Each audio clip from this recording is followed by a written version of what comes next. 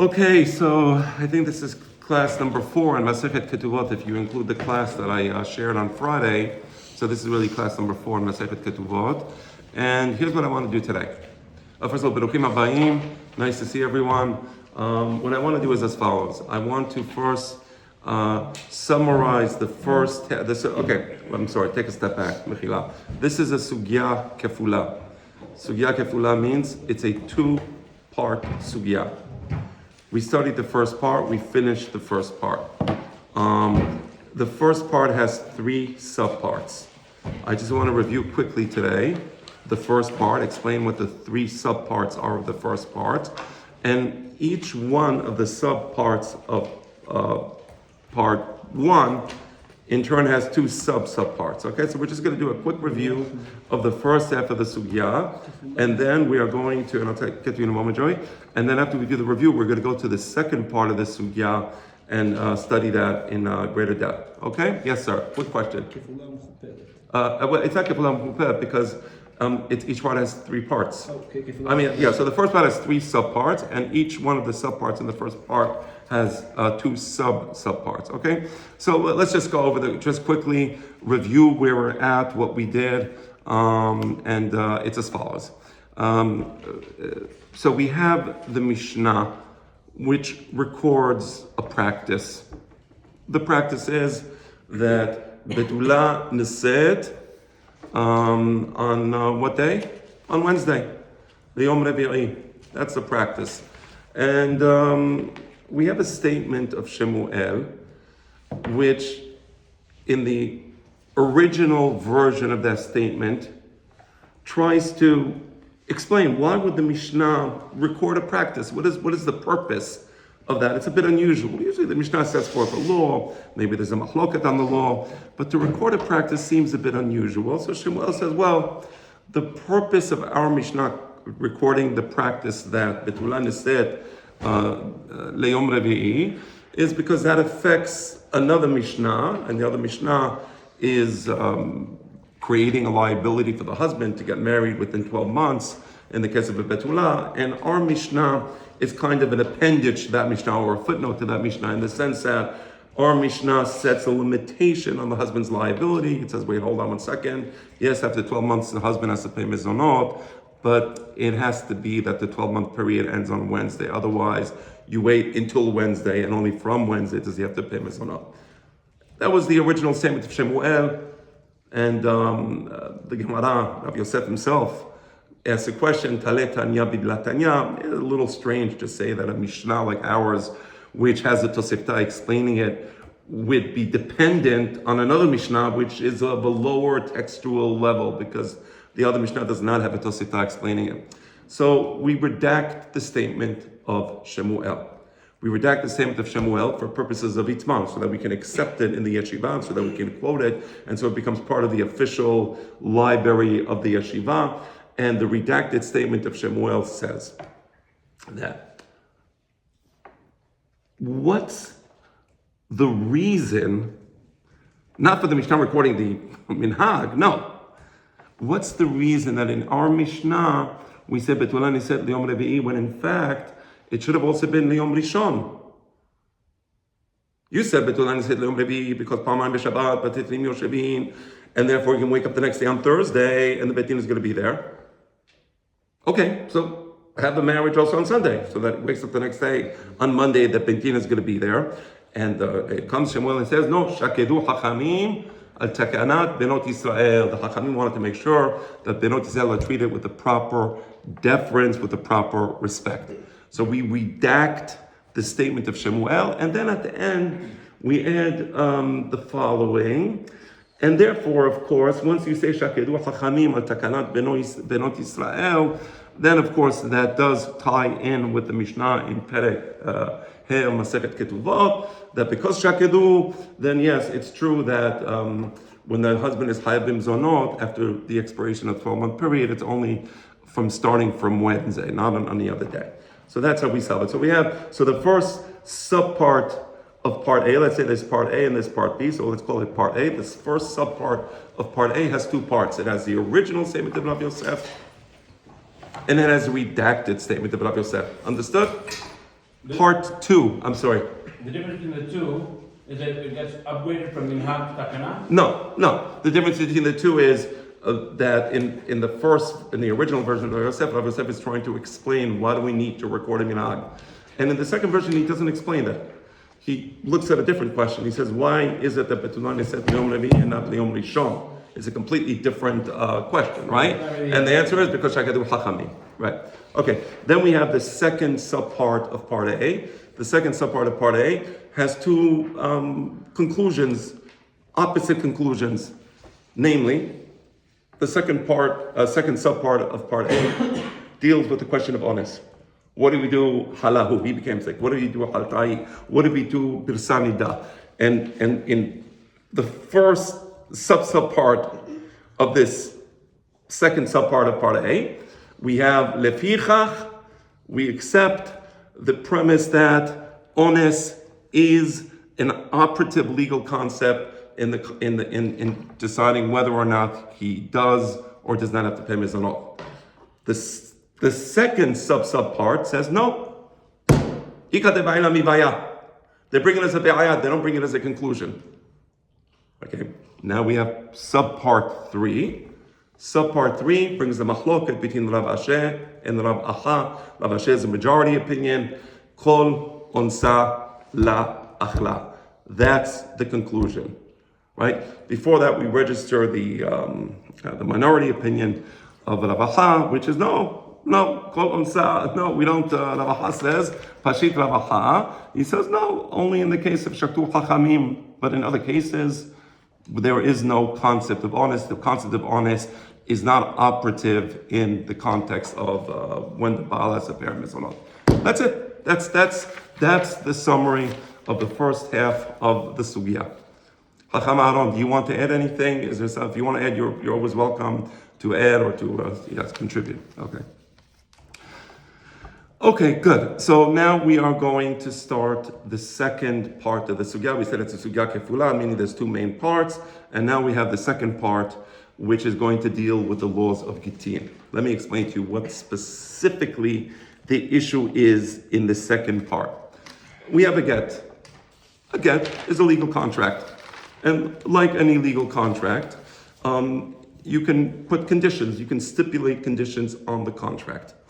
But the get, you can also stipulate conditions on the get. You can tell the wife, this is a get.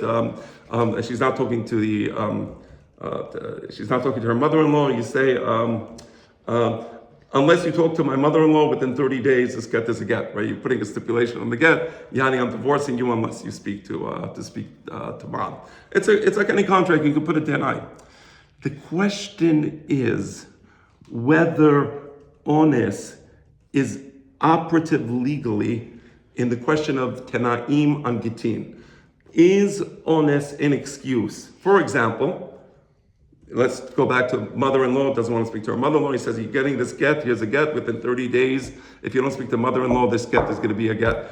And she says, she's planning to finally go to see her sweet old mother-in-law. It's a day, the last day, she just wanted to keep her husband in suspense. She was going to see mother-in-law, and she wanted to keep him in suspense, just so he doesn't think it's just such an easy thing. And she's on the way, there's a car accident, flat tire, calls AAA, takes 2 hours for AAA to come, the sun is setting, the sunset. It's a get. What do I do? Wait, so she goes to go, I didn't want it, I was going to go. I was going to fulfill the condition. But the Bet Din says, well, that's a question. Honest bigitin, no honest bigitin. So if you say en honest bigitin, so that's not an excuse, right? You can't use that as an excuse to say, now I wanted to fulfill the condition, I just couldn't. You understand? So that's what we're dealing with now. The question of honest bigitin. So now we're going to read the statement of Rava. This is part B. Okay? So you all know where we are? Okay, I'm going to read now. Actually, Joey, do you mind reading, or you're more involved in typing? It's up to you. You want to type? Okay, Amar Rava, and Shlomo, get me a water from, right, sit, okay? You can get it doesn't matter. Amar Rava, you want to read? Okay, Amar Rava. Okay, hold on 1 second. All right, here we go.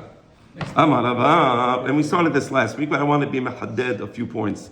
Amar Rava, wal inyan rutin eno chen.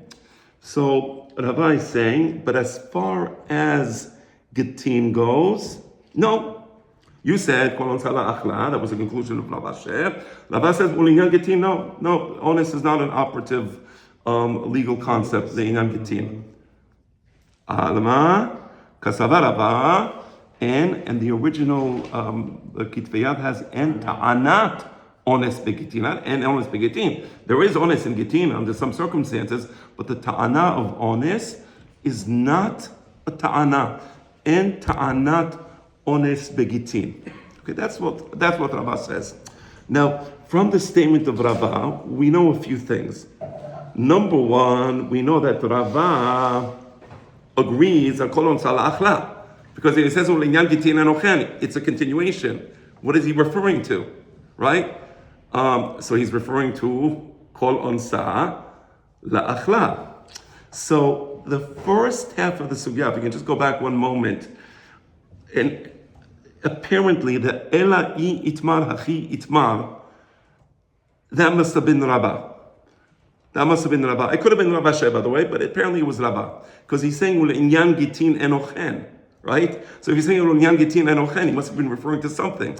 So apparently the beginning of this sugya starts with Rav Yosef, who questions the statement of Shemuel. Next generation, Rabbah, Elai itmar, hachi itmar.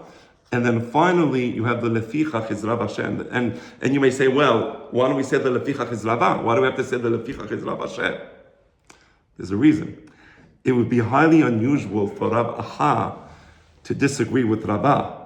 We can see Rav Aha is sitting in the Bet Din of Rav Asher and he's expressing a minority opinion. If you're sitting in the Bet Din, you're a Haver Bet Din of Rav Asher, and you may be Yachida'ah, and you may be the youngest, but you are allowed to express your opinion, right? To say that it was Rava who said, Lefichach, halahu, haltahi, persanida, right? To say that Rabbah was the one who made the pesach that there is ones, and then comes to Rav Aha and he disagrees with Rabbah is unlikely. So therefore, again, now we have the whole history of the first part of the sugya. It starts with Rav Yosef, who brings the tradition of Shemuel. It goes to Rav Yosef saying, Tale Tanya bidla Tanya. Does it make sense? Next generation, Rava, Elai itmar, achi itmar. He redacts the statement of of Rav Yosef, and he presents it to the yeshiva, and the yeshiva accepts it as an itmar, which means it's an official statement that can be quoted and relied on. And finally, we have the lefichach, which is taking it a step further. The lefichach says, well, let's apply, if we could apply the question of shaktu hachamim and hafshuhu soferim, as we have in the Yerushalmi, why don't we create the concept, apply the concept of honest as a general concept? And that's exactly what Rav Asher does. And that's a conclusion of Rav Asher. And against Rav Asher comes his Haver Betin, Junior, Rav Aha, he disagrees respectfully. That's the first part. Comes Rava, now we understand Rava's statement, Will inyan gitin enochem. You understand that Will inyan gitin enochem? So he's referring to the previous discussion. Why is the lefichach not attributed to anyone in the Gemara? Why don't they say it was Rava? Because when they summarize the Gemara, they didn't always bring every single step. This is part of the, I guess, a part of our job in studying the Gemara is to try to piece the things together. Don't forget that the Gemara also, they weren't printed texts of the Gemara, and we're going to see that sometimes there were slightly different nushaot, not because somebody was sloppy or not sloppy. Sometimes there was different nushaot because people are sloppy. I get that, but there was also situations, we're going to see, where there was different nushaot, where the original nusach was shortened for brevity purposes, because people studied it by heart. So the Gemara was transmitted be'al peh, and therefore they didn't just, make long discussions. We have a redacted, edited conclusion, and that we as a Talmidim have to try to understand what took place over the various generations. All right. So Alma Kasavarava okay, Mena le Ravaha. So the question we asked last time was, what's the makor for Rava? And we're going to again bring your attention to Rabbi Vidal Kreskas. I just love the name. It's so Sephardi.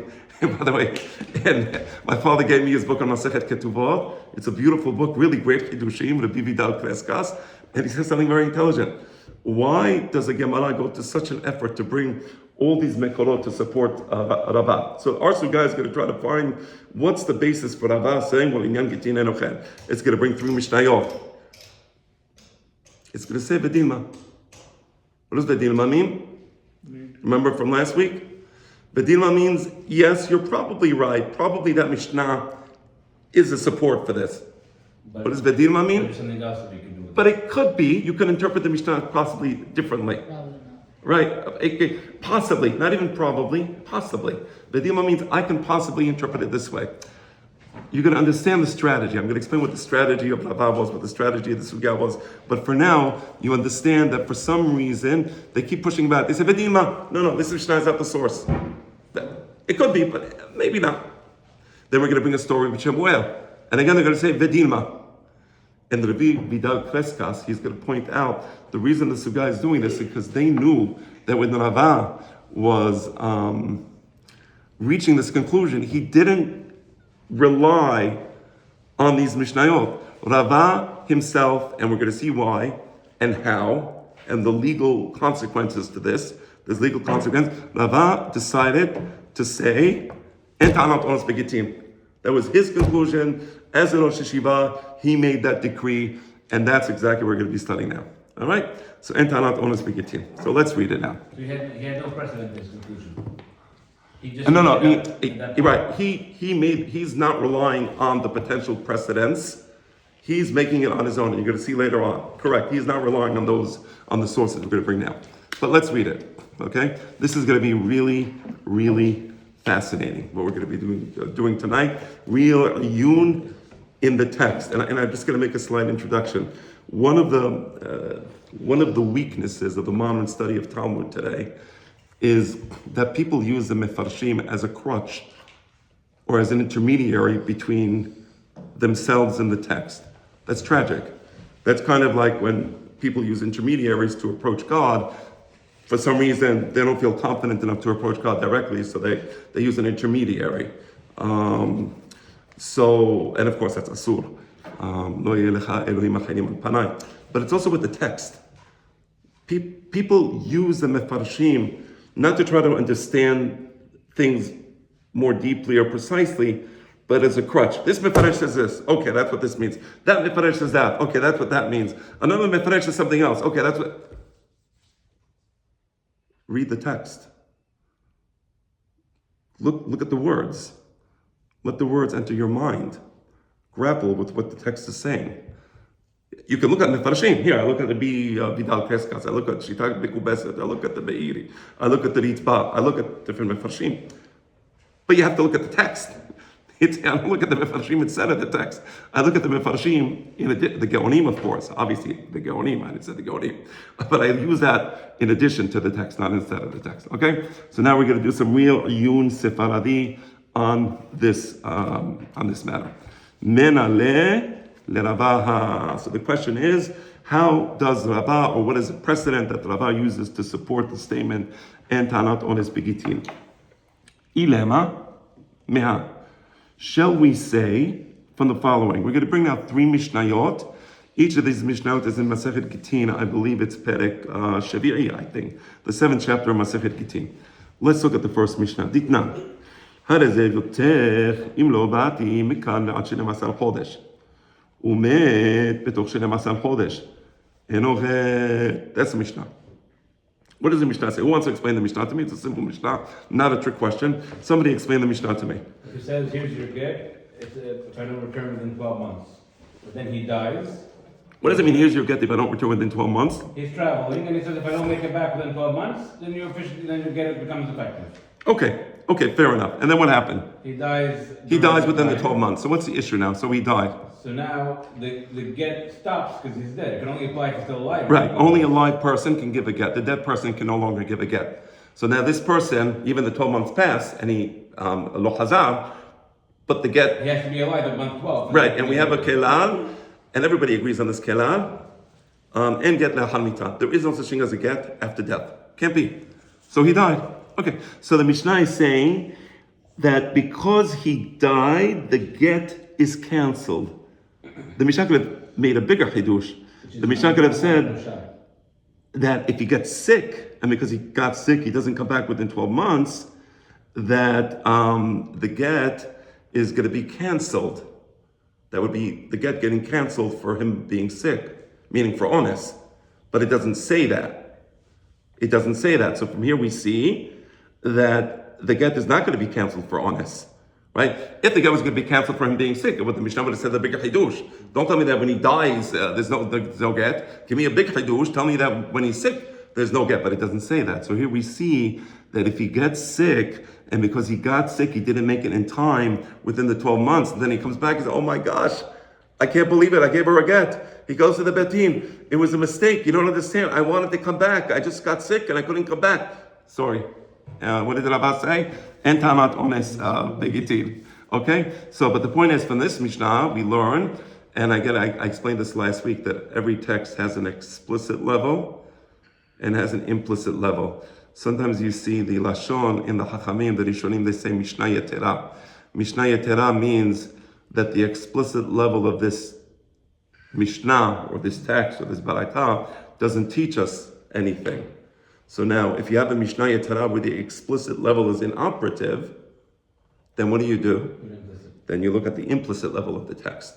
So here you're saying that the law of Mitah, for whatever reason, that's the supposition, let's say, is not what the Mishnah is teaching us. The Mishnah is teaching us the implicit level. But the Gemara is going to say, one second. It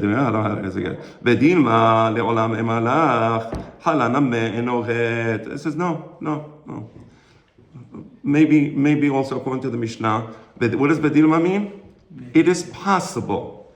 It is possible to read the Mishnah as halana me'enoget. We don't know. The Mishnah didn't address that question. Oh, why didn't it address that question? Because the Mishnah wanted to teach us the law. The Mishnah wanted to teach the law of en get lachamita. The explicit level of the Mishnah is what the Mishnah is teaching us. Right? So if the Mishnah is teaching us the explicit level, you can't make a inference, but what about imhala? But the Mishnah didn't want to teach me imhala. They wanted and somebody has to teach me the law of en get lachamita, and that's exactly what this Mishnah did. En get lachamita. All right? So that's the pushback. But then we bring a second Mishnah. Hatana leresha, but we have a Mishnah earlier in the same chapter in Perek Zayin of Masechet Gittin, and the Mishnah says, and I'm just reading the Girsah Hanapam, so I'm skipping the word Hare. Zegetech imeti. The second Mishnah brings an interesting law, and I'm going to explain it soon. Zegetech imeti. What does it mean, Zegetech imeti? If I die, this is your get. But that's strange. Zegitech imeti? How can you say Zegitech imeti? Because he wants to depend. No, but en get la'hamita. Wait, is this the Gemara asking a question? En get la'hamita, a question? No. So let me read it again. The first Mishnah that we read is to be read at the explicit level. Namely, the first Mishnah is teaching us exactly what the explicit language is saying. The en get la'hamita. What is the first Mishnah saying? It said, that's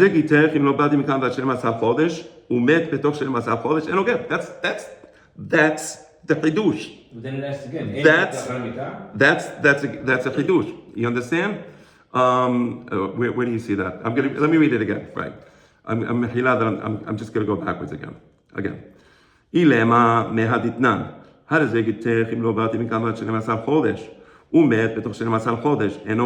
That's the Mishnah, right? Met who the enoget? Hachala harezevet.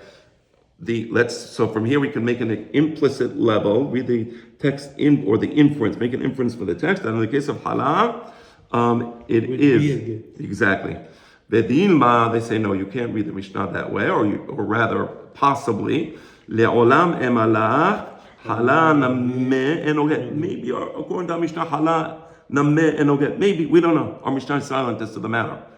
But, so what is our Mishnah teaching us? Our Mishnah is teaching us the law that is explicit in the text of our Mishnah. That's it. Continue. Now, the law of en get la'achar mita was already mentioned in the previous Mishnah. It was mentioned previously in the same chapter, by the way. What does it say? Zegitech imeti. What does it mean, zegitech imeti? So I'm giving you a get, and the husband says, and when I die, it's going to be effective. Okay? Zegitech mecholi zeh. No, wait, just Yeah. the line inget la'ab mitahatan al-risha. It's a question mark. Yeah, hatana leresha, meaning you want to say that we're going to read our Mishnah, Higufah kamash malam, that our Mishnah is coming to teach us the law of Enget La'Hamita. But we already know that law from the previous Mishnah. It says explicitly, Hadazegitachimeti, or Zegitachimeti. That's not teaching that the get the teaching there is get. No, Zegitachimeti means, Zegitach mecholi zeh means imeti mecholi zeh. Zegitach le'achar mitati lo amar kelum. So here we see from the Resha, from an earlier Mishnah in the same chapter, we learned the law of Enget Le'achar Mitah. So if we learn the law of Enget Le'achar Mitah in the earlier Mishnah, you can't learn that same law from the second Mishnah, which we quoted at the beginning of our Sugya. The second Mishnah cannot be studied explicitly; it can only be studied implicitly. Right? It's a Mishnah Yetera, right? We already know Enget Le'achar Mitah. Unless we say the Hiddush here in the Tanan that we brought as Zegitech Lubat Kamachin Mahsar Chodesh is the 12-month time frame. Is that he locked it in a time frame as opposed to no, it doesn't make a difference. We'll put that in abeyance. For now, what you need to know is that the lesson of Enget Le'achar Mitah, you're right, it could have been learned from the Mishnah we brought, but it would be a little weird because we already learned that law from a previous Mishnah, which says so explicitly. How does that get the Kemetis? So now the question is, so now we have the Mishnah, we have our Mishnah, what do I learn from that Mishnah? I have to learn something, and don't tell me I'm learning the law of Enget Le'achar Mitah, because the law of Enget Le'achar Mitah, I learned it from the previous Mishnah. So what can I learn from our Mishnah? Oh, the law of Chala, the law of Ones. So this is not. What's the difference between her? Three similar situations, meaning three different. We're gonna study everything. Just for now, Arazegitech imeti or imeti mecholi zeh. We're gonna understand everything in a very precise way. For now, just wait. There's three separate examples here. Two. Well, so far we brought two Mishnayot, right? Right, but I'm saying in the second Mishnah, the middle Mishnah. Yeah. He's giving three examples. Yeah, Hadegitech imeti. Zegitech mecholi zeh meaning Zegitech imeti mecholi zeh. Same idea. Zegitech le'achar mitati. He's not sick, but Zegitech le'achar mitati. He's giving her a get that will only be effective if maybe he's going on a business trip. Maybe he's sick and he's afraid that he's going to die. Whenever I shall live for 100 years, but after I die, this is your get. I don't want you, whatever the reason is. We'll see later. But the point is, Dilma le'apuke midirabotenu. So they say no. The second Mishnah is not coming to teach me the law of Enget Le'achar Mitah. You should learn the second Mishnah implicitly. There was an implicit lesson, namely, the second Mishnah is coming to teach us that the halacha is not like Rabbotenu. I'll explain this in a moment. Patience. You're going to understand everything crystal clear. But for now, Le'apukeh midrabotenu. The second Mishnah is coming to teach us that the halacha is not like Rabbotenu. The Tanya, the Rabbotenu hitiruha lehinnaseh. The second one being the original one that we wrote, the Tanan. No, the second one being Zegitech imeti, Zegitech mecholi zeh, Zegitech le'achar mitati. Which is really the earlier one. Right, but just follow the order in the Gemara. You're right. I'm following the order in the Gemara. Okay? So, the Tanya. Verabotenu hitiruha lehinnaseh. So we have a beraita that says that notwithstanding the second Mishnah that we just read, Harazegitech imeti, Hakamim said no, it is a get.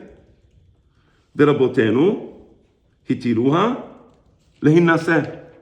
What does it mean, Abotenu hitiruha lehinnaseh? Meaning the get is effective and she could get married by virtue of the get. Okay. Apparently, strange, It seems like yesh get le'achar mita, but okay, it says ve'rabotenu yitiru le'inaseh. Okay, ve'amrinan man rabotenu, and then we ask on this beraita, which says that according to Rabotenu, she is allowed to get married, meaning the get is effective. Amar hitura le'inaseh, in the sense that if the get wasn't effective, and then the husband had a brother, and the husband and wife had no children, there would have to be yibum or halisa. Rabotenu hitiru le'inaseh means the get is effective, and she is not subject to other yibum or halisa, right? So man Rabotenu. Amar Rabbi Yehuda Amar Shemuel Bedina Desharu Mishha. So they say, who are the Chachamim sheitiru le'inaseh? This is the same Bet Din that allowed olive oil.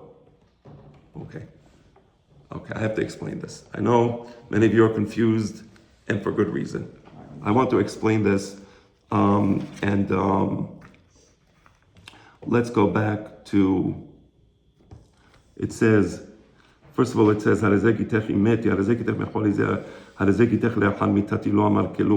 you notice something strange about this Mishnah? How does this Mishnah end? Lo amar kelum. How does the previous Mishnah end? What does it say? Enoget. The previous Mishnah said, what does this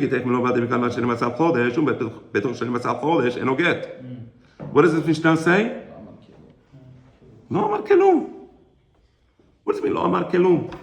You understand the question? So first of all, if you're studying Gemara, when you study the text, you have to be sensitive to these things. It's not like, the Chachamim were not chas v'shalom sloppy, or they knew how to articulate things properly or to write things properly. So I want to explain to you what's happening here. And maybe the best way to explain it is as follows. I'm going to go to Mishnah 3. I'm going to read Mishnah 3, put everything in abeyance. I'm going to tie it all together. Mishnah 3 of... The third one. You're going to, right now, in the Gemara, we're going to read a third Mishnah now. Right? So again, the Chachamim shehitiru lehinaseh, they agreed with Rabbi Yosef, the Amar, Zemano shel shetar mochiach halav. So Rabbi Yosef says, Zemano, the date on the shetar, on the get, mochiach halav, and because the date on the get is mochiach halav, therefore Rabotenu hitiru lehinaseh, and therefore, although he died, and he said, meti, and when he dies, the get is a get. Okay, I'm going to explain it. Let's look at the third Mishnah. Ve'ela misefa. Maybe we can learn the law of and ta'anat ones begitin from the third Mishnah, which again, it's also in Perek Zayin. It's also in the 7th chapter of Masechet Gittin, the same chapter. This is the third Mishnah. It says, "Me'achshav im lo bati mikan vat 12 chodesh umet betoch 12 chodesh al ze get." The third Mishnah says, "I'm giving you this get now, and if I don't come from now till 12 months later, and he died within 12 months, how does it get? Met v'wadin lehala." It says, if he died, it's a get, and also hala, it's a get for the same reason. Okay, now let me explain to you first, and I'm going to ask actually one more question. Here it says, in the Sefer, it says, me'achshav. What did it say in the Resha? Mikan. What's the difference between mikan ve'ad 12 chodesh or me'achshav? Im lo bati mikan ve'ad 12 chodesh. You understand? Again, look at the first Mishnah. It says, im lo bati mikan ve'ad 12 chodesh. What does it say in the third Mishnah? Me'achshav im lo bati mikan ve'ad 12 chodesh. So now... Get is applicable then or later? Okay, so now I want to explain this. So first of all, there's a difference between mikan and me'achshav. In Hebrew, kan is a term used for space here, and it's a term used for time, to measure time. So in the first Mishnah, when it says, it means count 12 months forward, and if during this period, mikan, till 12 months, at the end of the 12 months, this is your get. There's two types of tenaim. There is two types of tenaim. One tenai is saying, I'm giving you this get, but the get is not a get until the various conditions are met. Once the various conditions are met, this get will be considered duly delivered to you. And at that point in time, you will be divorced. The other type of tenai is a tenai which says, no, I'm giving you the get now. And the get is duly delivered. And there's edeh mesira, and there's edeh hatima, and all the formalities are met. And the get is yours, and you received it. The only thing is that the get will only come into effect once a particular tenai is met. But once that tenai is met, it's not that the get comes into effect from the point of that tenai. It comes into effect me'achshav. You understand? Before he died. Okay. So now that you understand the difference between these two types of tenaim, now I want to explain to you the three mishnayot. Let me get my notes. 1 second. All right.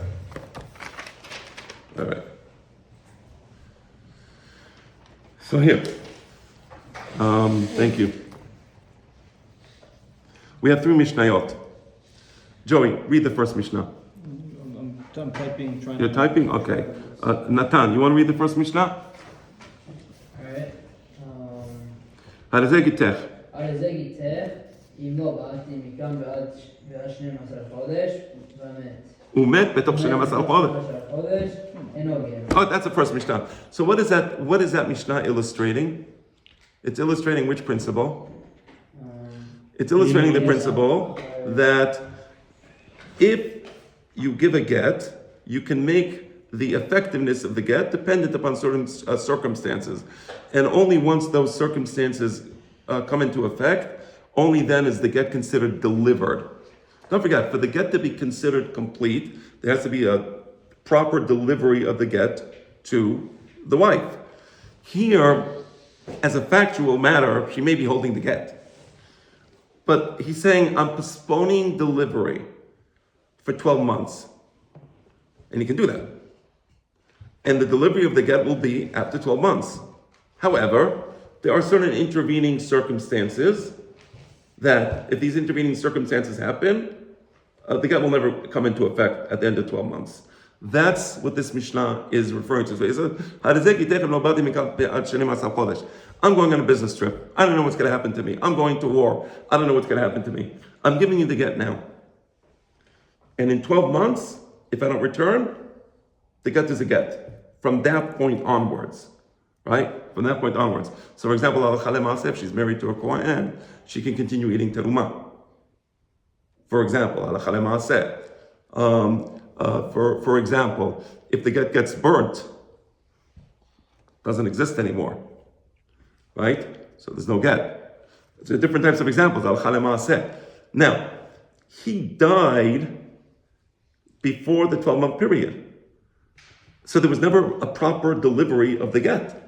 The document doesn't no longer relevant. The person giving the now to give a get, you have to be alive. Now, interesting law.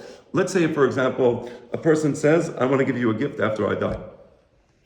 He says, "I want to give you a gift when I die. This is yours, Fred. As long as I'm alive, these stocks are mine. As soon as I die, I'm writing a shetar, not a will. I'm making a matana that these stocks belong to you." Now, what the Chachamim and the Betin are going to do, they're going to look at it. You can't give a matana after mitah. The guy's dead. The Yorshim got it. When he's giving a matana after mitah, the Yorshim got it. That's it. There's no matana. But what the Betin will do is, they're going to say that this is yours me'achshav imeti. That's what they would do in the case of the matana. Now, in the case of the get... Like the halachic definition of a will, in a sense? No, not exactly. Not exactly, because a matana, a will happens after he dies. The matana happens only while he's alive. You can't give a matana can only be given by a live person. A yerusha can only be given by a dead person. Could a yerusha be given to people that aren't yerushim, or could? Yeah, he can write a will. He can write, non-Yerushim but then he has to write a will. He has to write. He has to write a will. But he could do that. Yes, he could do that. Of course. Their cost basis would be back from 2 years ago when he wrote that. Correct. Not when they're inheriting it. Correct. Yes, that is absolutely correct. That's a good example. So now we know that Mishnah, the first Mishnah that we quoted, illustrates the principle of conditions that can invalidate the get. Okay, let's look at the third Mishnah. Irving, you want to read it? ואלה מספה. מעכשיו. ואלה מספה מעכשיו, אם לא באתי מכאן. מכאן ועד 12 חודש, ומת בתוך 12 חודש, הרי זה גט. That's a Mishnah. What is this third Mishnah teaching us? Which principle is it teaching us? It's teaching us the principle that I can give a get.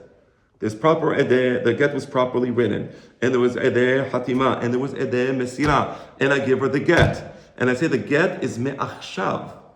The mesira is considered to happen now, not just as a factual matter, but as a legal matter.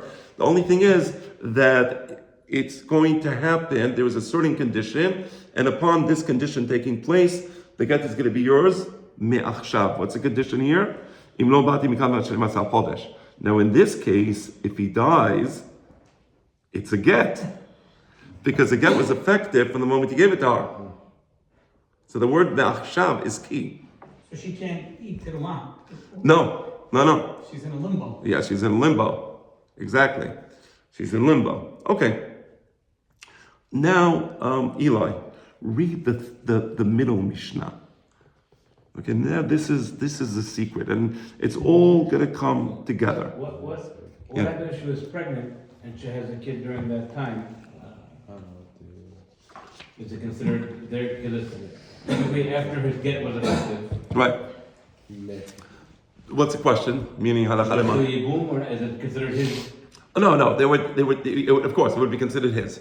Right. Even if a husband husband died and then they had a zera afterwards, and then that's considered yibum. It's considered his zera. Yeah. Now the question is different. Eli, read the middle Mishnah. Right. Right. זה גיתך אם מתי. Yes. הרי זה גיתך מחולי זה. So zegitech imeti means he feels he's going to die, whatever reason. Zegitech imeti. I'm taking the subway to Harlem. I'm wearing my MAGA hat. I don't know. Not today. Today, Baruch Hashem, people are more normal, or apparently so. I think maybe I'm wrong. I'm not wearing a MAGA hat. But the point is, imeti. If I die, zegitech. Okay. Zegitech mecholi ze. He's sick, and he doesn't know if he's going to survive. So imeti. Zegitech mecholi ze means zegitech imeti mecholi ze. Okay, continue. הרי זה גיתך לאחר מיתה. Or lechal mitati. Okay, good.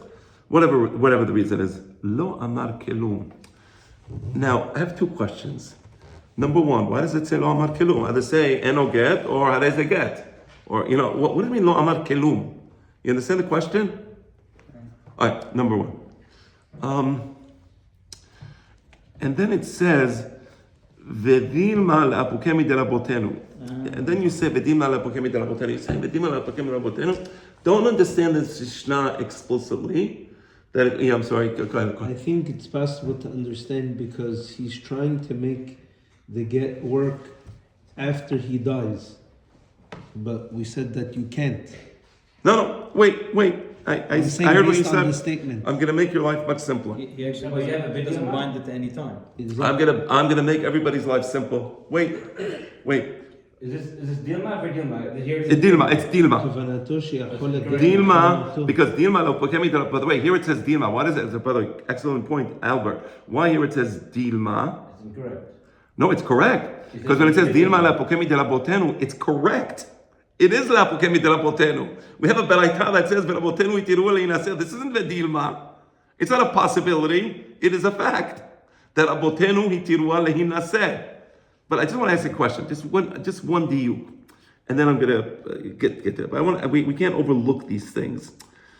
You're telling me that this second Mishnah, I should not read it explicitly. I shouldn't read it for the proposition of en get lahamita. This second Mishnah is teaching me the law of Rabotenu itiru leinaseh, and we're disagreeing with Rabotenu. It's strange. How can you say that? It seems almost preposterous. How can you take the second Mishnah, which by the way comes first in Perek Zayin, it's the first Mishnah, and say, no, don't learn that Mishnah explicitly. That's a Mishnah Yetera, and the Mishnah that comes later, no, that one you have to learn explicitly. It doesn't make sense. The key word is missing. The original Girsah was not Detanya.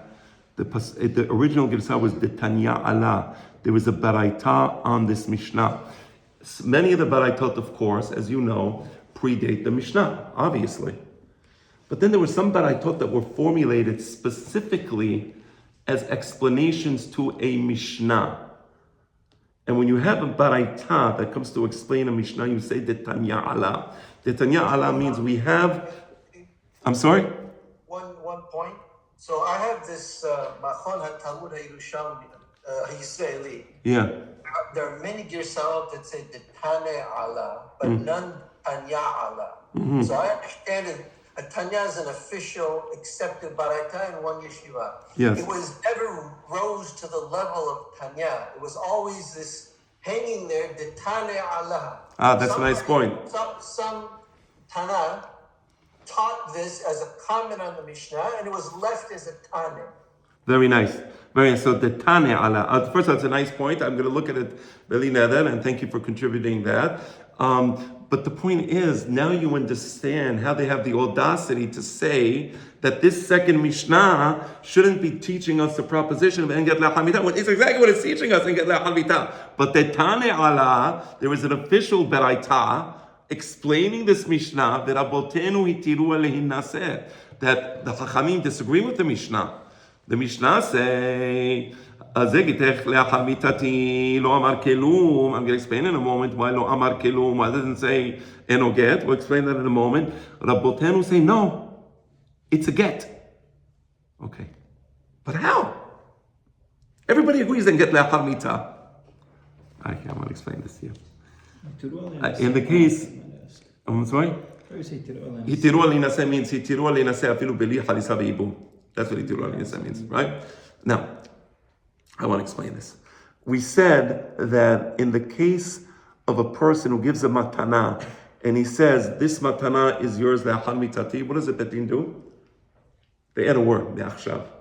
It's up to the bet din when they interpret a text, and it doesn't matter if it's an oral text or if it's a written text, the bet din has the authority to interpret words. You know what, Joey, get me the Mishneh Torah, it's there. The third volume, Hilchot Shechavot. I want to perek. I think it's more to your left and the bottom shelf. There, stop. The third volume. Just 1 second. I want to show you a good example. I mean, there's many examples. Hilchot Shechavot. It's there. It's in right. What are you looking at? Third one. Okay, yeah. So that's a foreshadowing of Kol Kaddish.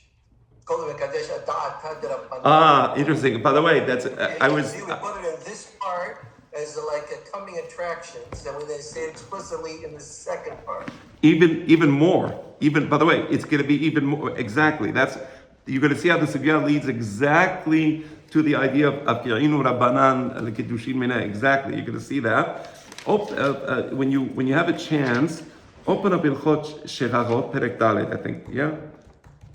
Not Perek Dalet. Perek Vav. Yeah. Okay. Here we go. Perek Vav. Here we go. Perek Zayin. Yishe Kasav, B'Tachan. No, I did that. Here it says, okay, Mechila, Perek Chet. Kol Chet, Perek Chet, Halacha Aleph. 1 second. Hold on 1 second.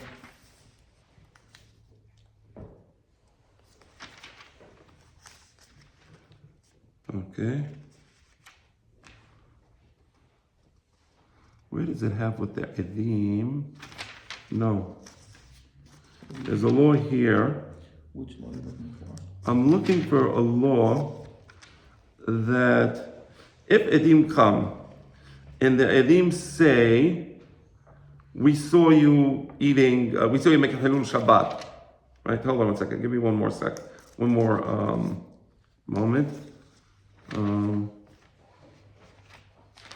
Right, so the Edim come and they say, we saw you doing Hilul Shabbat, and it was Beshogeg. It was Beshogeg.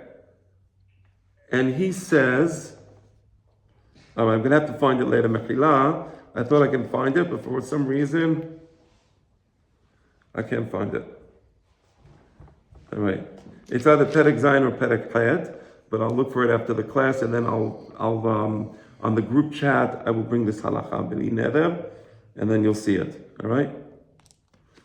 All right. Mechila, I'm sorry. So basically what the Bet Din does is so he denies it. He says, no, I don't have to bring a korban patat. And the Bet Din, they accept his words, and they say, when he says, I don't have to bring a korban patat, what he meant to say is, I did it b'mezid, I didn't do it b'shogeg. And since he did it b'mezid, he's not have korban patat. How can the Bet Din do that? How can the Bet Din reinterpret his words? So the one of the authorities of the Bet Din is, the same way they have the right to interpret the Torah shebichtav. Right? And they say this pasuk, din mufla, means A, and this pasuk, din mufla, means B, and so on. So they have the right to interpret the Torah shebichtav, right? And that al zeh ne'emar lo tasum min hadavar sheyigidu lecha min usmo.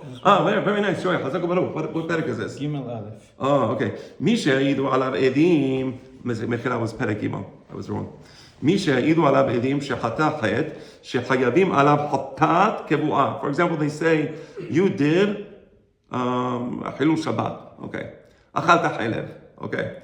B'shogeg, right? Because if it's b'mezid, then no. But b'shogeg. Velo yitru bo.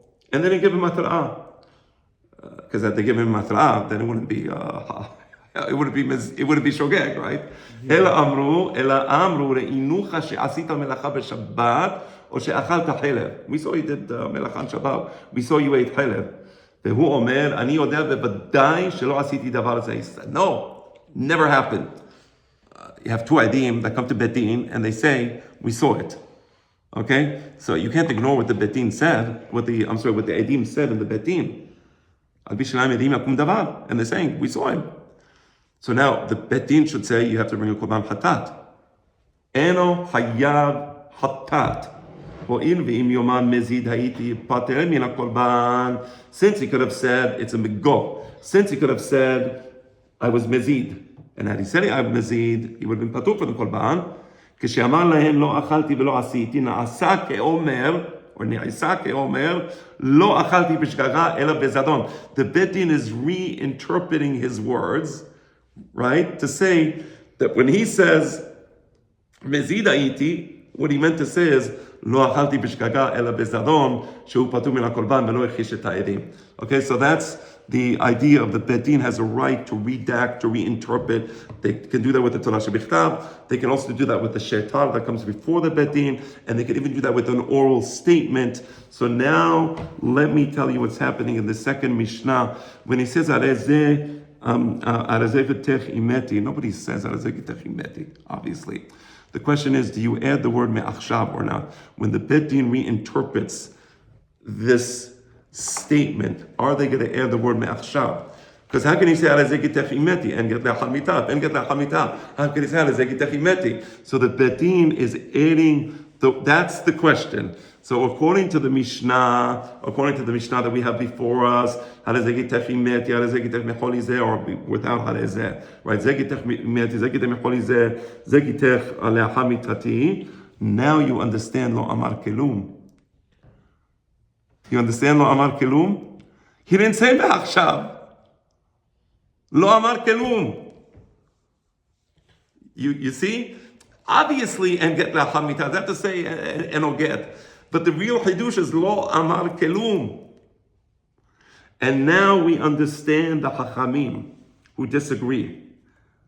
Dilma le'apukemi de rabbotenu detanya ala or detane ala de rabbotenu hitiruha lehinnaseh. The chachamim said no. But we add a word there. When he says zegitech imeti, he meant to say zegitech me'achshav imeti. When he said zegitech mecholizeh, he meant to say zegitech me'achshav mecholizeh, and so on. Right? So rabotenu itiru lehinnaseh ve'amrina man rabotenu. Who are these rabotenu? Amar Rabbi Yehuda man Shmuel Bet Dinah de Shalom Mishchana. What do we care that the rabotenu here is a Bet Din that allowed olive oil? So let me explain to you. And there was 18 things a series of 18 things that Shemonas al Davar Gazru Bo Bayom. There's a series of 18 things, 3 sets of 18. One of the sets of 18 things was things that Bet Shammai and Bet Hillel agreed on. One of them was Setam Yenam, Asur, Pat Goyim, Asur. One of them was Shemen Shel Goyim Asur. Originally, the law was in Masechet Shabbat, Daf Yod Gimel. The law was Pat Shel Goyim Asur, and Shemen Shel Goyim Asur. Then later on, Masechet Avodah Zarah, I don't remember where, I think it's Lamed Zayin Avodah Zarah, but you can check later on. The law was that Bitlu Shemen Shel Goyim. Why Bitlu Shemen Shel Goyim? Because Gezerah she'en rov hasigur yecholim la'amod ba. It was too much. People couldn't take it. Too much. I can't have olive oil. I can't have wine. Okay, I can't have wine. Okay.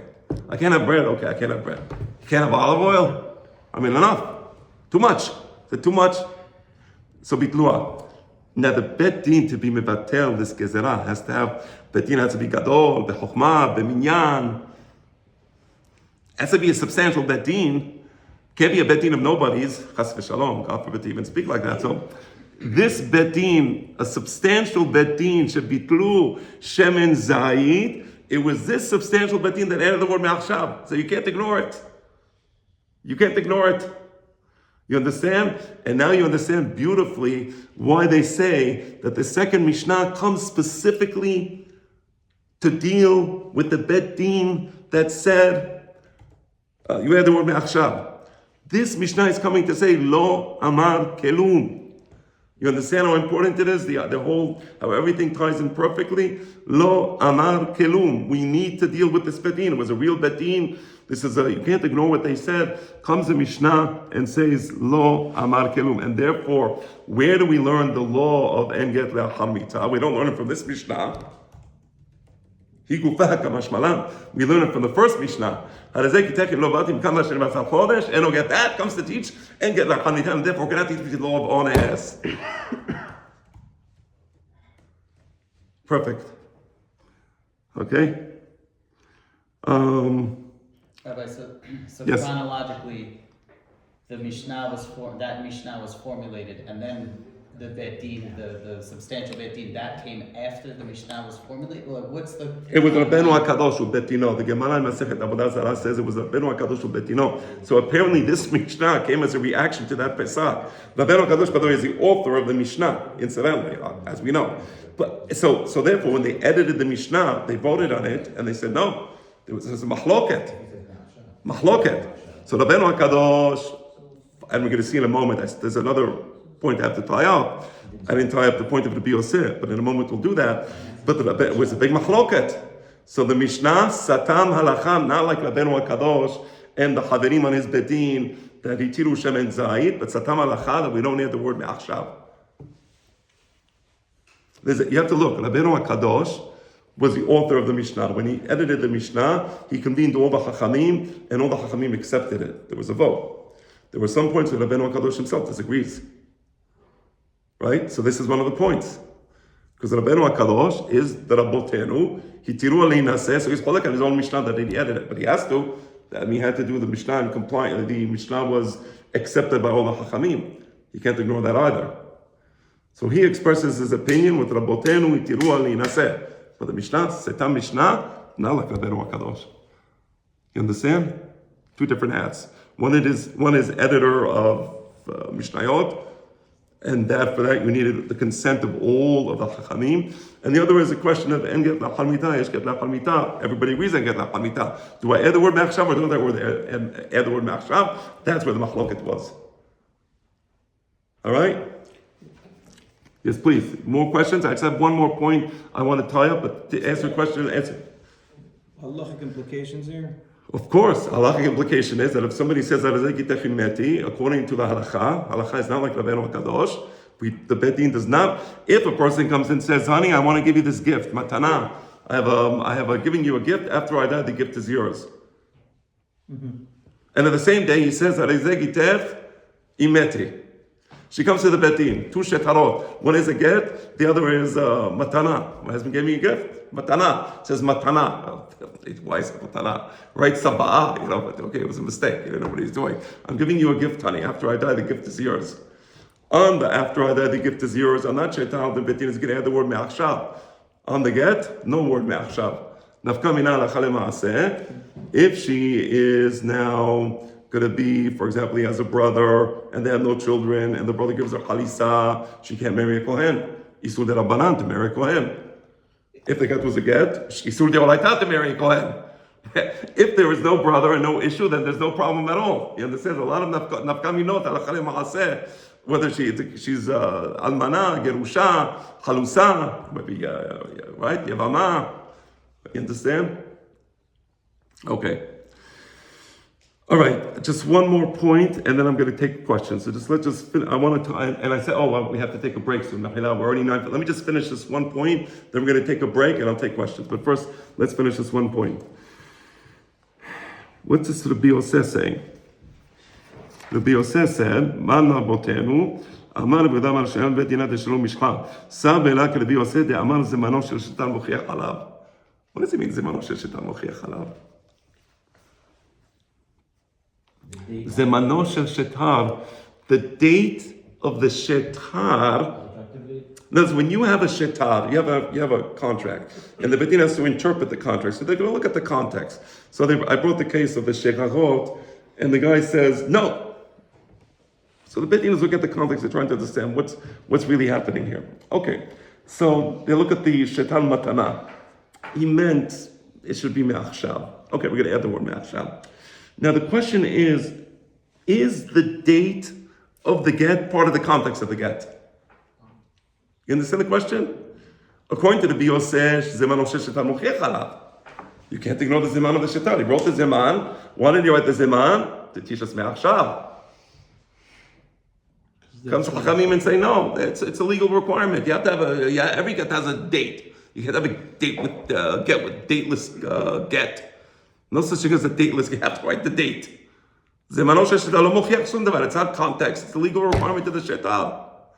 You understand? So that's the point. Now you understand why Rabbeinu HaKadosh says, adds the word me'achshav, because Rabbi Yosef says, zemano shel shetar mochiach halav. Okay? All right, Joey, and then question. I'm going to take 2-3 minutes of questions, and then we'll do a 5-minute break, if anybody has questions. Yes, the Tanei Torah is what explains in Mishnah. Isn't that also what Tosefta does? Yes, of course. The purpose of the Tosefta was to explain the Mishnah. Now, in this case, you had a Baraita. For whatever reason, it wasn't included in the Tosefta, and it could be that Rabbi Hiya, maybe it came after Rabbi Hiya. Who knows? The point is, we had Baraitot, other than the Tosefta, you had Baraitot, you have Tane Bar Kapara, for example. You had Baraitot, and these Baraitot sometimes, in some cases, came to explain the Mishnah. And these explanations were part of the official curriculum of the yeshiva, where it appeared. Not every yeshiva had this Tane, but that was the explanation of the Mishnah that was accepted by the yeshiva, or by the author of that Baraita. There's no difference in authority between Tosefta and... There is to a certain extent. There is Tosefta as Rabbi Hiya. You can't ignore Rabbi Hiya. Here it's Tane. Maybe theoretically they could have chosen to ignore it, maybe. No? But no, Tanya Alav, it was a serious issue. And it was correct. The author of that Baraita was correct. We had to bring this second Mishnah as a refutal of what the Chachamim said. Rabotenu itiru le'naseh. You couldn't, right? That was the point. Yes, Eli. How do we identify when it's what? The Tanei Ala or regular or not? How do you? I mean, so you mean you're saying how do I know what the right size? No. How do you identify which type of Mishnah you have in front of you? I mean, the Bet Din had collections of Baraitot. So them. I'm saying me, the reader. Because it just says Betanya Allah. So Betanya Allah means there's a Baraita on this Mishnah. Yeah, but here they didn't have the word Allah. So it was in the. If you look at the Noshaot, it has the word Allah there. Yeah, that's exactly right. So Chacham Aron Chaleva, he brought he has a book of Noshaot, and that's where you see it. I also have that book as well. Yeah. But generally speaking, we can't make that kind of assumption about a Mishnah. What type of assumption? Tanya Allah. No, we would never say V'tanya Allah. I mean, if it's Tosefta, it's Tosefta. Okay, that's an explanation of Mishnah. But it's just a Baraita. I'm not going to say V'tanya Allah. The Gemara says V'tanya Allah. Otherwise, you wouldn't know. Exactly. The Gemara says V'tanya Allah. Okay? Let's stop here. and then when we continue, we'll continue in 5 minutes. Okay, I'm pressing pause here. I hope I don't forget. Yeah. So the said that is something that appears in the Tosefta. Yeah. So does that make a difference? I mean, wouldn't that be a little more authoritative than the Tanakh? Right. No, Taneh. I mean, first of all, that's a good point. That's a good point. With the Taneh Allah, hold on one second. Hold on one second. I'm just looking at the Lashon again. Give me a moment. Right. Yeah, very good. You're right, brother. That's a nice point. Now, why do we need then this Taneh? It's an interesting question. If it appears in the Tosefta, then why there? I should look at the Tosefta Kipshutav Lieberman, see what he says on that note. It's a good question, gentlemen. Let's continue now. I want to go forward in the meeting, but thank you. That's a very nice point, Ma'o. Chazak Baruch on that. Okay, so we're continuing now. I just want to read to you Masechet Gittin, Daf Ayin Bet Amud Aleph, on this Mishnah, Harezeh Yoter Imeti. I just want to read to you, Lo Amar Kelum, right? Where is it? Here it is. Amar Abaye, Imeti, Shete Leshonot Mashma. Imeti is ambivalent. It's an ambivalent term. Mashma, Keme'achshav. You can understand imeti, how does it get me'achshav imeti?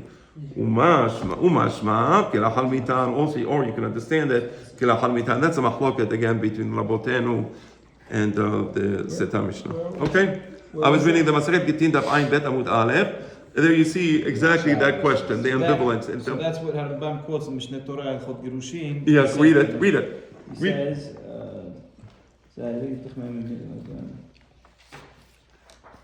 if you find it. Yeah, no, I had it a second ago. ברי שהתנה שיהיה זה גט אימתי, או חולה שהתנה שיהיה זה גט אימתי מחולה זה, לא אמר כאילו וואי שמשמעות אימתי לאחר מיתה. ומשמעו מעתה, אז גם לאחר מיתה וגם מעתה. לפיכך אם אמר אימתי, הרי זה כי עומד לאחר מותי, ואין גט לאחר מיתה. Exactly, very nice. Excellent. Okay, that was Lashon HaRambam. Now, and mashma means it could be like this, it could be like, that's why we need to consider the context. That's why we need the context. And that's why the question is Zemano Shel Tar part of the context? Zemano Shel Shetar, is that part of the context or not? And that's a machloket, okay? So, let's continue now. Let's continue. And maybe I'll just make a quick summary. Okay, I'm going to make a quick summary. All right. This middle Mishnah, Harizeg Tech Imeti. Everyone agrees it's ambivalent. Avaya said so. We just read Avaya. It's ambivalent. It's mashma me'achshav, mashma le'achar mita. It's ambivalent. Everyone agrees that if there's no indication, im amud, for example, imeti, means when I die. If he says imeti, right? Everybody agrees that if he says me'achshav, let me rephrase what I just said. Everyone agrees that if he says hazegitech achar she'amud or lich she'amud, okay, he's saying achar she'amud or she'amud, no question, okay. Everyone agrees that if he says me'achshav, it's kasher. The question is here, where you have, it could be mashma like this, it could be mashma like that. Do we take the zemano shel shetar as part of the context so that we can interpret the get as me'achshav? According to Rabbeinu HaKadosh, yes. According to our Mishnah, no. Okay, and now you understand also the arrangement of the Mishnayot. In Perek Zayin, what was the first Mishnah? The first Mishnah was,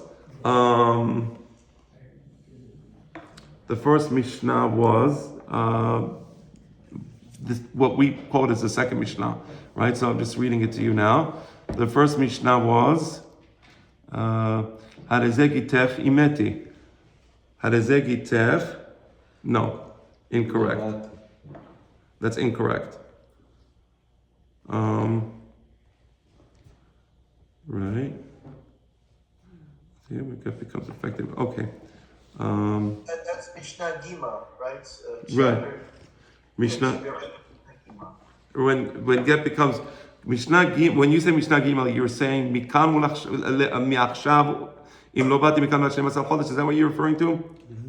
No. I mean, the first Mishnah listed in Perek Shvi'i is the second Mishnah here. Yes, correct. Yes, exactly.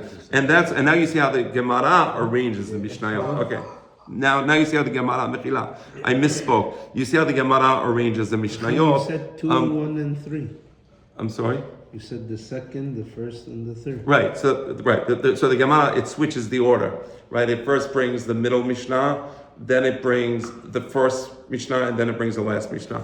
Okay, let's continue. All right, let's continue. I want now, so we determined that Rava did not learn the law of Antanat Ones Begitin from the Mishnah.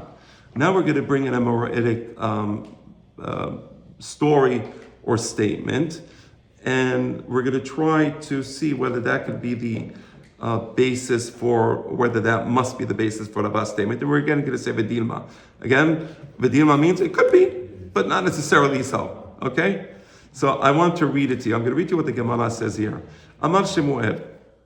No, Mechila, I skipped. De'ahu ella mehahu. The original Girsah was ella mehahu. You have in the Gemara here. Oh no, but I skipped. I'm Mechila a million times. Ve'ela misefa. Let me read the sefa because I didn't read that properly. Me'achshav im lo bati mikan ad shenim asal chodesh u'metoch shenim asal chodesh. How does it get? In that case, where he says me'achshav, and because he said me'achshav, it's effective retroactively, and he says lo bati mikan ad shenim asal chodesh, and he ended up dying.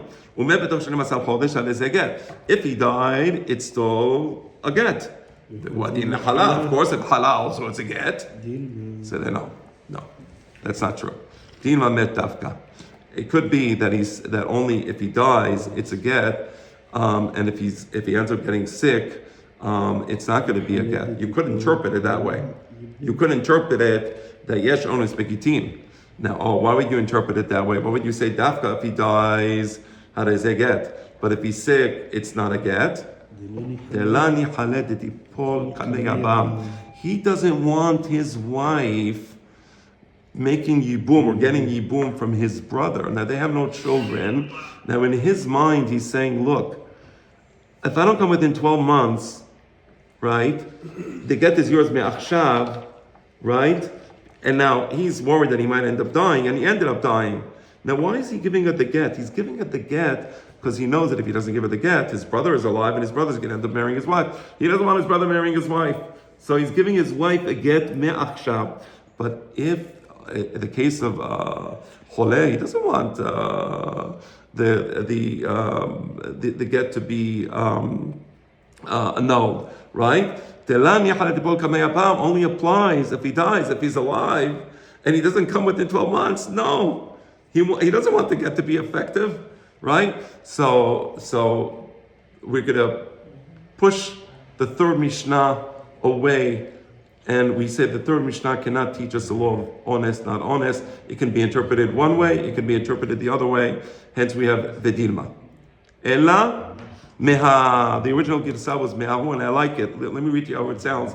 Ella mehahu, de'ahu de'amar lehu. You like that? Ella mehahu. Can we learn it from the following incident? Right? You're like, so it's just easy to remember the alter when you have that nice repetition of the sound. Also, that's all Hebrew. See, the statement of the man is Aramaic. Right. Our head note is Ella mehahu, dehahu de'amar. Oh no, sorry, lehu is still Aramaic. Interesting. Okay, I see what you're saying. Okay, but Ela Mahuda. Now, Joey, you remember there was something with Parashat Bo that Shida once told you? Bo el Paro. Ki ani ichbati et libo. Ve'et lev avadav leman sheti ototai ele bekirbo. Right? Bo. Right? Okay. That's from my father. Alav shalom. So okay. So again, Ela me'ahu. De'ahu de'amar lehu. Ila atena mikan atlatin ve'atelatin yomin lihive geter. So this person is saying as follows. Now, first of all, what does it mean? De'ahu De'amar lehu. Somebody explain to you. Hahu means a person. Amar lehu told them. What do you mean them? Who did he tell? If you don't understand this, you don't know what's going on. Check the Mefarshim, see what do they say. I'm curious. I didn't look at the Mefarshim. I'm seriously just curious how they explain the Ahu, the Amalu. Look at the Rashi, look at the Safot, look at the English, look at the Art Scroll, look at the whatever they have. The Schoenstein. I'm curious. All right, I'm going to explain this. It's important. Anybody find anything? Okay, so it's so important. De'ahu, de'amar lehu. There was a person that he told them. Them means the witnesses. You have to understand. We have a situation where the person. What means the witnesses? You have it there? No, what means the witnesses? Lehu. Lehu means to them. Lahem. Okay. To who? Yeah, So to that now you understand. We have a get. The get is perfect. There's no conditions in the get. He didn't write in the get, if you don't speak to my mom within 30 days, no. Perfect get, no conditions, but the Edem Mesirah, he made the following stipulation. Amar lehu. He told the Edem Mesirah, because the get has to be delivered to the woman, and there has to be two witnesses that they see the Mesirah of the get to the woman. So now you have the Edem Mesirah. He tells the Edem Mesirah, lehu, he tells the Edim, I'm giving this get, ila atena mikan ve'atlatin yomin lihive gita. He says, if I don't come from now until 30 days, lihive gita. What does lihive gita mean? That they get you It can mean one of two things.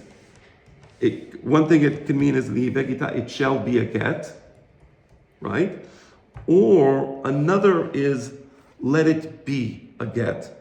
Meaning li'ivegita can be me'achshav, li'ivegita could be later on at the time. Both are possible. So you have here an ambivalent statement, okay? He tells the Edem Mesirah the statement, and the statement is not 100% clear. Lihive gita.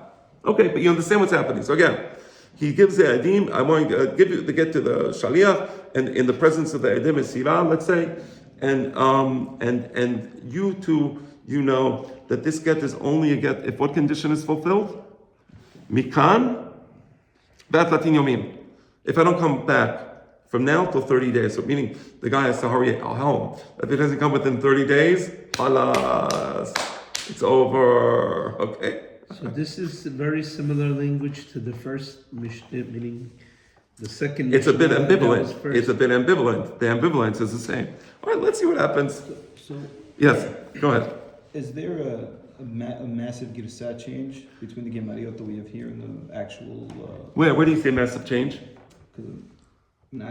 You go ahead. I'm looking at a very, very similar sugya in Masechet Gittin, No. where the language is completely different. Yes, I'm going to read it to you now. Same Yes, thing. there is. There must be some kind The of. answer is yes. The answer is yes. And you'll see in a moment. But you understand? So that's the situation. Ata lesof tlatin yomin. The gift size lesof. Okay. He comes at the end of 30 days, meaning on the 30th day, he arrives. What happens? Ufaske mabra. Mabra, you have to understand, in Aramaic, they didn't have the ayin. And so mabra means ma'abara. So it could be the ferry was broken, but apparently it means that the river stopped him. Ufaske means he was stopped by the ma'abara, like Eber HaYarden. Eber HaYarden is the ma'abar HaYarden, or ma'abar Yabok. So ufaske mabra means the river stopped him. Maybe there was a flash flood, there was a lot of rain, unexpected, so the river stopped him. Ufaske mabra. What happened?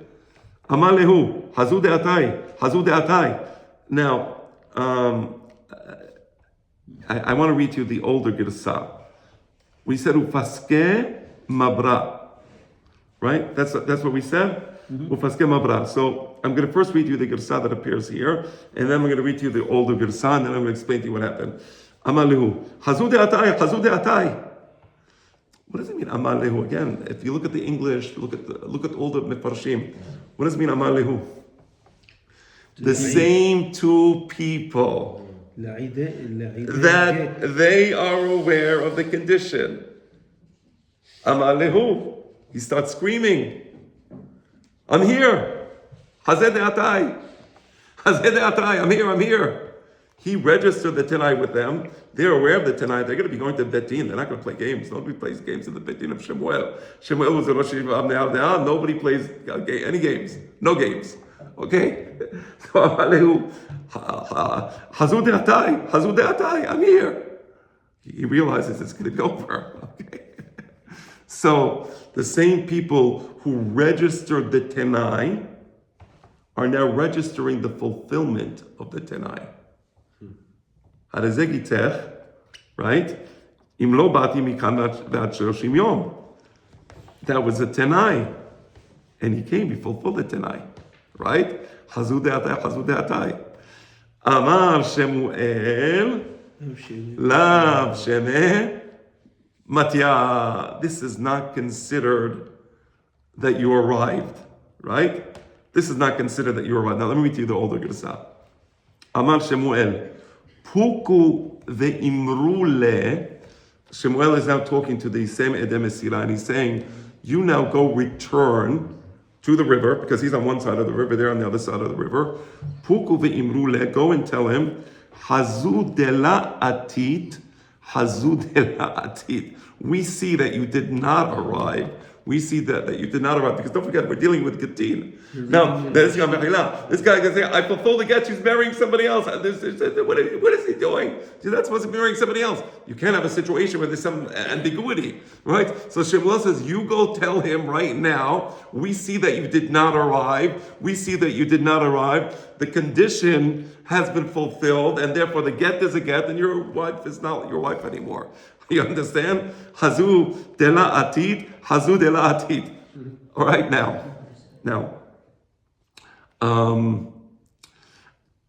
Alma, and again, this is in the old Girsa, Kol ki hay gavna, lav shemeh matya.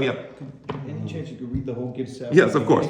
Yes, yeah. Amar Shemuel. You have it? Amar Shemuel? Yeah. Hazu, puku ve'imrule. Go out. Ve'imrule, and tell him the following. Hazu, Del atit, we see that you didn't arrive. Hazu del atit. He said twice, Hazu del atit, Hazu del atit. He said, no, you didn't arrive. Alma, kol ki hay gavna, lav shemeh matya. So we see here, and on his big team, even though the guy wanted to arrive and he was on the other side of the river, no, and on his big team, sorry, we're not accepting the ta'ana bonus. It's a useless ta'ana. You understand? And this is totally missing from our Girsa, which... So I want to explain that. Which means there's no conclusion. My father explained there's two types of Shinui Girsaot in the Gemara. Sometimes you have Shinui Girsaot because it was just editors were sloppy and there was problems. And as I told you, there's a famous article by Professor Tashema, Adam Yereh Shamayim Lechalutin, Tamil Chacham, really real Tamil Chacham, and he documents it. It's not even a question. I mean, it's not a secret. There were problems with the Girsaot and Oschaot, and oftentimes they would change the Girsa. We're not talking about that. My father says sometimes you had a longer version of the Sugya, and at some point in time, the longer version was redacted to a shorter version. My father, Alav Hashalom Hanadin Kapara Mishkaval, speculates that it was because they used to study the Sugyot Be'al Peh.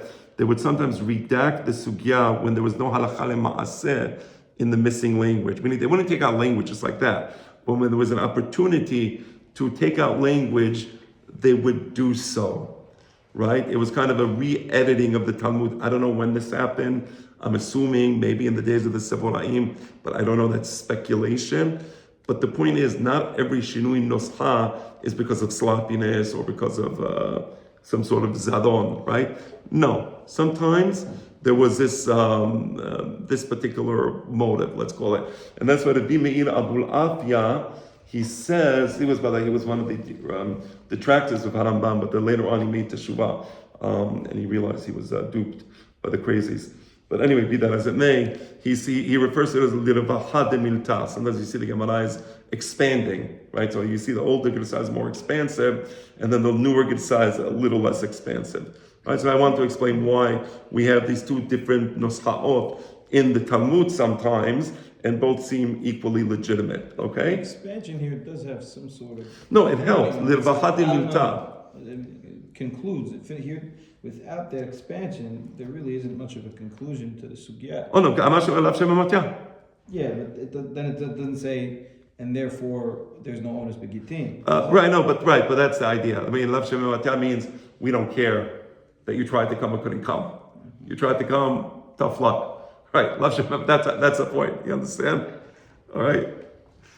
So that's again. I'm letting you know because sometimes you see different ha'ot and you say, oh my gosh, how can this be?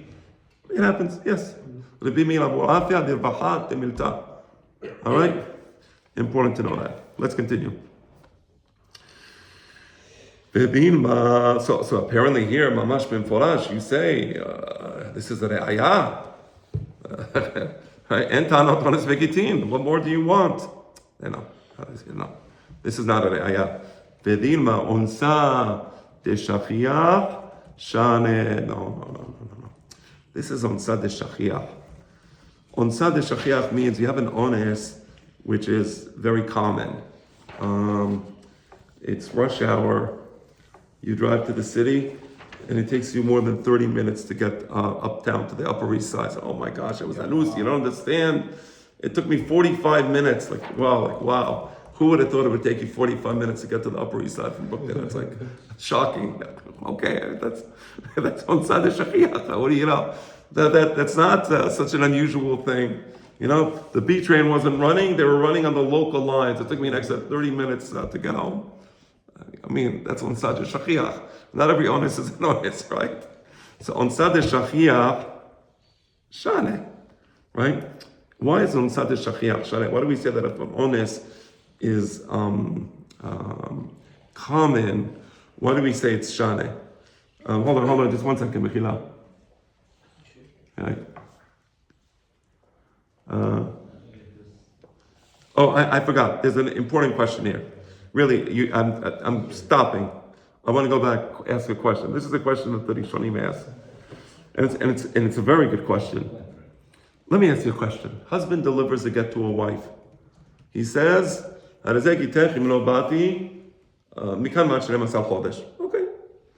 Now, the get is in possession of the wife.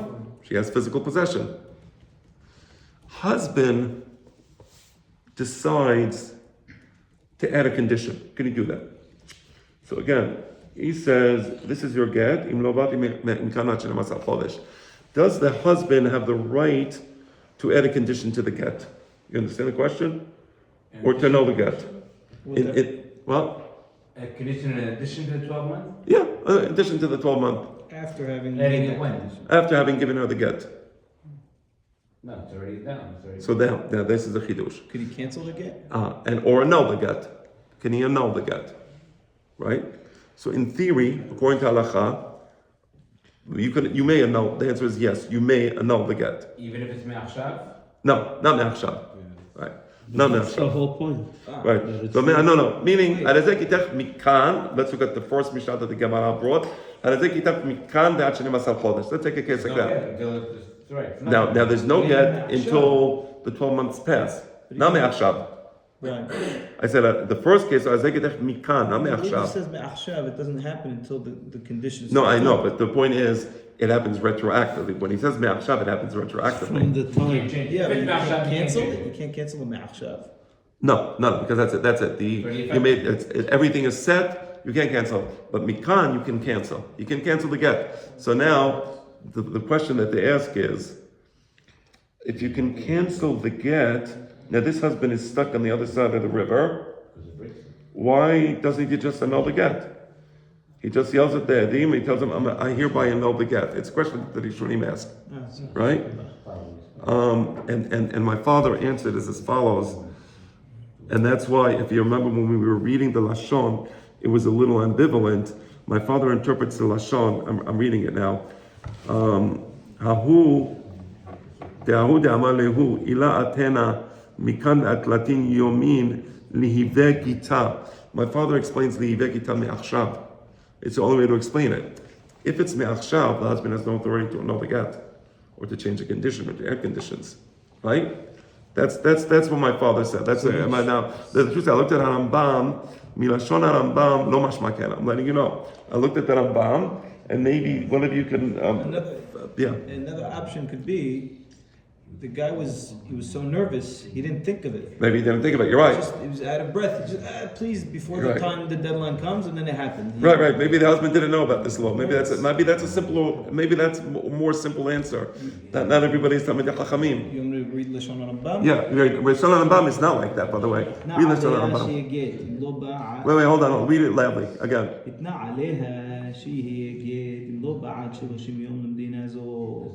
he didn't say מעכשיו. Right.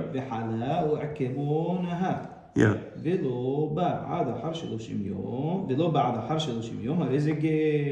No מעכשיו. אפילו עומד וסובח הרי אני אנוס שאין אונס בגיטין ואף על פי שגילה דעתו שאין רצונו לגרש.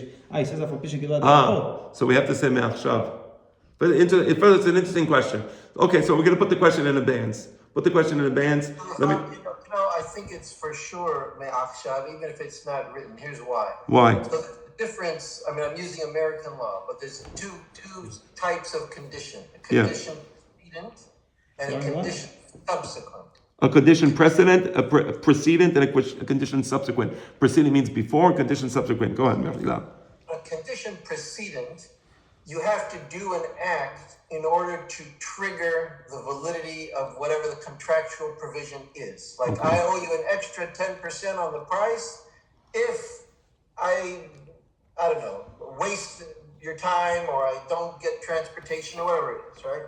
A condition subsequent is the act or the contract is binding now. We would say in Hebrew, me'achshav, but it means the deed is done unless something afterwards defeases it. That's the condition subsequent. Right. I'll pay you next month at the rate of X dollars unless the euro appreciates by 20% more relative to the dollar because I have so many assets in Europe, I'll be totally ruined. The contract is undone. Right. Kind of thing. Or if inflation is more than 6%, then this promissory note can't be paid the way we just specified it. Yes. So when you do the act is done and only subject to defeasance, they call it, by a condition subsequent, that's the same as me'achshav. Because you're saying it's done now. It's a done deal unless something happens to unravel it. Very nice. I like that. That's a very nice, that's framing this question of me'achshav in a very modern, legalistic, precise manner. I like that. So condition subsequent means the contract technically has been fulfilled, everybody has their obligations, but if something happens later on, we're going to undo it, lemafrea, so to speak. At least in the case of Gitin, it's lemafrea. So here, apparently, the only way to understand this story is to say, and therefore he has no right to annul the get or to do a new tenai. But it's an interesting thing. And even Rambam, maybe Rambam would when the Mashiach comes and, Tahiyat HaMetim, he would re-edit the Mishneh Torah to clarify, and any Yodea, I'm saying it b'kfifat rosh, I don't want to be presumptuous, but that's the way I would understand the matter. Okay. All right, we have another few minutes, 10 minutes, everybody's okay?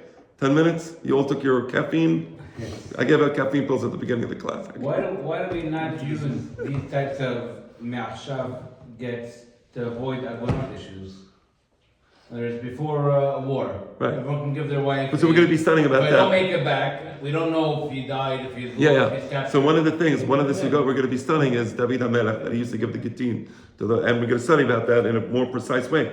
The answer to the question is, of course, we should be following. There are solutions to the problems, but none of agunot, and they should be implemented properly. So we'll study a little about it. I don't know what's done today. Joey probably can address some of it. No, there's no. In the warden. Right. People going to Gaza. There's nothing They give, organized. There's no organized effort. And they went to Lebanon. Right. I can tell you one thing. If there was some sort of financial benefit to the religious parties, they were 100% would do it. Not even a question. Otherwise, right now they have the World Zionist Organization elections. I've never seen so many people so concerned about an election before in my lifetime. But you have to understand, whoever wins this election, I'm not sure what it is, but I heard it's more than $1,000 goes to the winner. So it's like, really? There was a Pesach of the chief rabbi. They called me up. They wanted me to make an announcement here in the Knesset, Purim. The Knesset was full, I had 300 people. Please, before the Megillah, it's true that it's in Maktimila Misvot, and it's true because of that. We don't stop the Ta'ani. We do the Megillah just to Mamash, Misvah B'Sha'ata, and Ovelin al Misvot. But here, Ovelin al Misvot, because we had to do a barcode that everybody would download an app, pay $5, and don't worry, the chief rabbi made a Pesach that the $5 is instead of the Machasit HaShekel. Or Zechel Machasit HaShekel. Zechel Machasit HaShekel. Maybe he said It could be that it was going to poor people, but if he here wins. it's for the Shas party. Okay? There's important things, yes, tzedakah, but then there's Devarim ha'omdim lemala mirumo shel olam. Okay.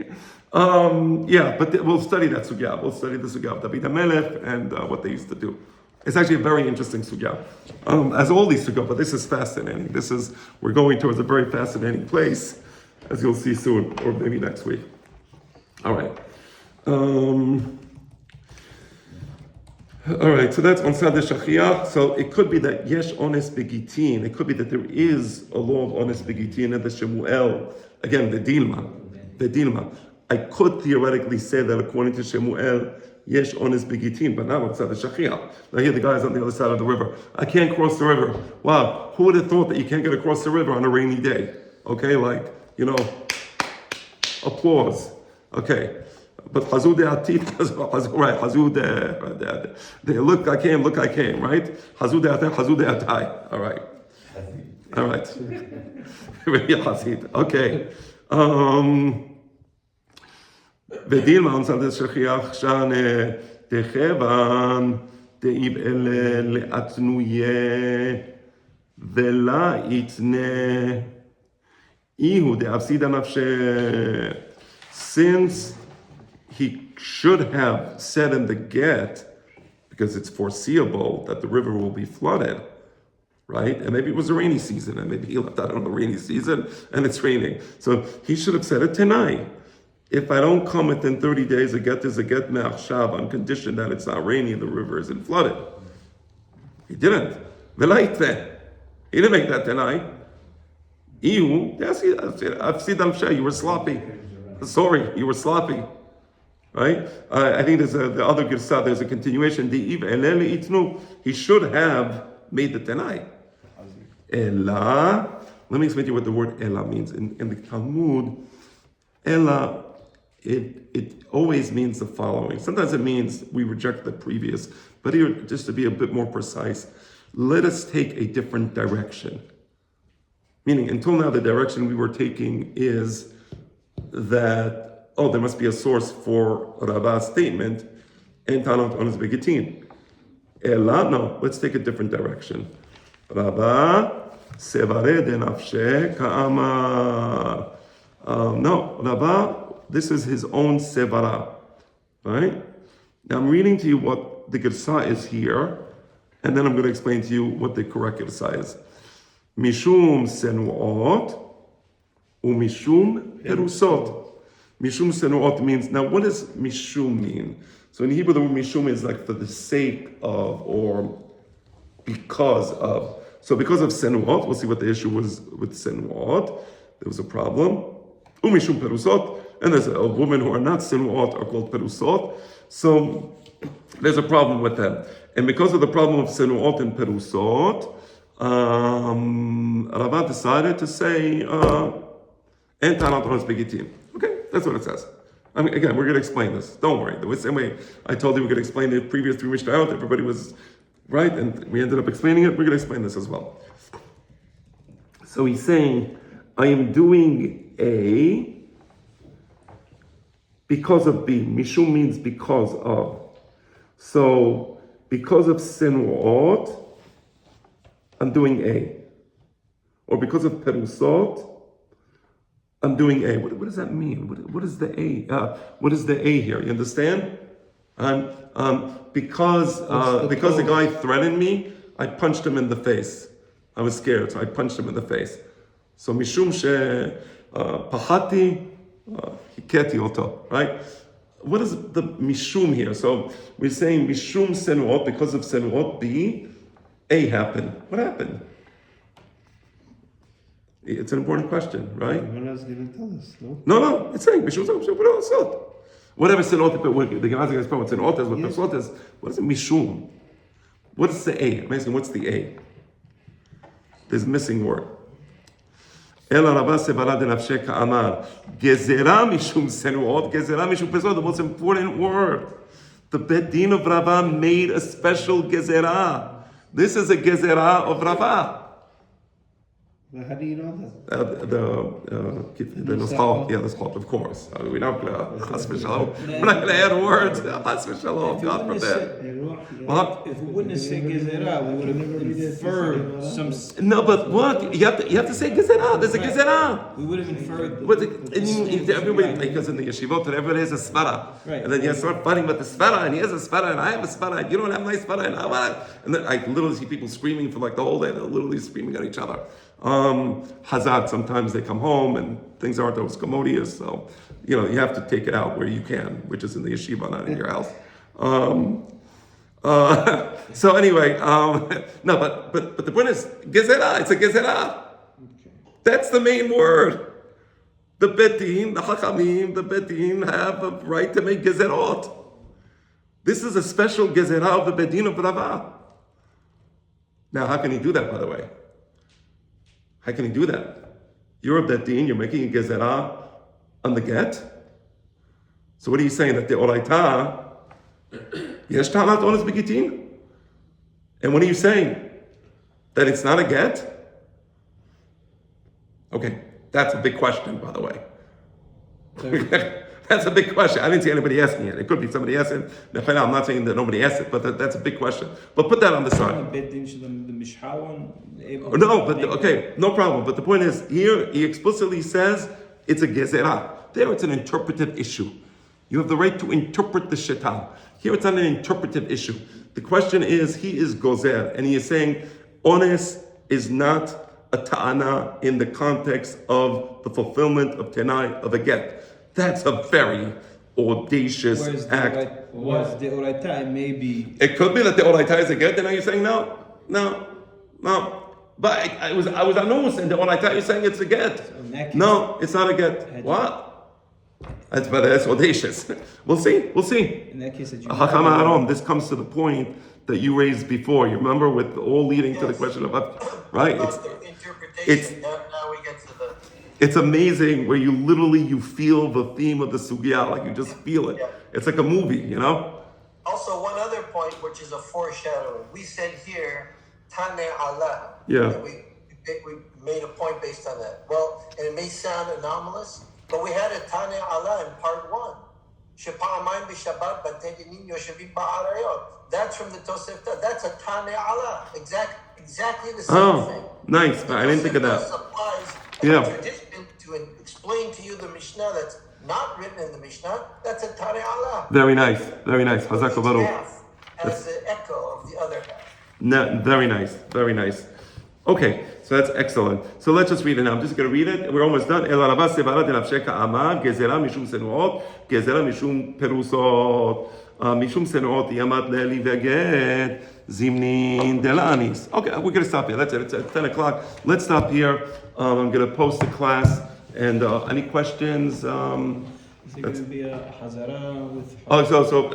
Hacham Aaron, when you do a hazara, put it on the group. Joey, and maybe some of the other people want to join the hazara. Absolutely. Okay? Probably on Sunday, I'm thinking, but absolutely. Sunday would be great. Perfect. All right, gentlemen.